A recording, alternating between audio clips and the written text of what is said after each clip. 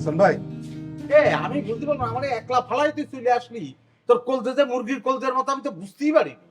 হ্যাঁ না মানে আমি আমি হয়েছি কি আমি আমি সেন্টুর সাথে তো পারবো না একা, তাই সবাইরে নিয়ে যাওয়ার একটা চেষ্টা করছিলাম। যাক যাক, আমি আমি তো ভাবছিলাম যে সেন্টু তোমার বোধহয় কুলজা বের করে ভুনা করে খাবে। শোন তুই কি করছিস, কারে কি করছিস? হাসান হাসান সম্পর্কে ধারণা আছে? আছে তো, হ্যাঁ, আছে। আমি যদি খালি ইচ্ছে পোষণ করি, হ্যাঁ। হ্যাঁ, যদি মনে হচ্ছে চাই এরকম 10-20টা সেন্টু উড়ে ফালাই দিতে পারি আমি, ও কোনো ব্যাপার না, বুঝেছিস? শুধু কামালরে মারিছি তাই না, সেন্টু ফেন্টু যা ছিল সব ধরে গড় পড়তা বাটাম দিছি ছাইড়িয়ে দৌড়, বুঝতে পারিস? হ্যাঁ, আর এই যে মোটর সাইকেলতে ছেলেটা আমরা রেখে গেল, হ্যাঁ, দেখছিস তো মোটর সাইকেলে? দেখছি দেখছি না না, মোটর সাইকেলে এসে কিন্তু আমার নামায় দিল, মোটর সাইকেলে কিন্তু। দেখছি তো, তারপর কি এসেছে বলো। সওয়াল কি তাই জানিস?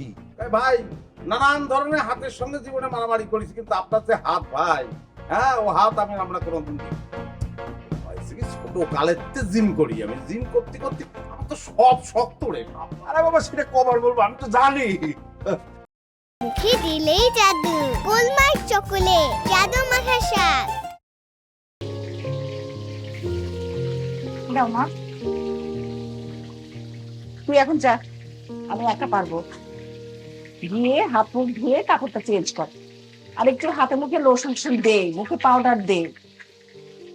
তোমার কথা শুনে মনে হচ্ছে আমাকে সবাই দেখতে আসছে।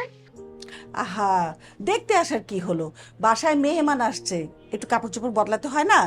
আর তাছাড়া জীবনে তো তোকে দেখলাম না আমাকে পাকঘরে কখনো সাহায্য করতে। সময় দিইনি, আজকে দিলাম যেন কালকে আমাকে বাসায় বসে থাকতে না হয়।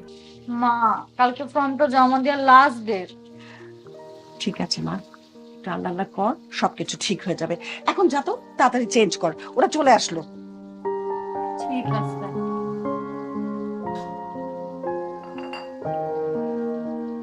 হ্যাঁ,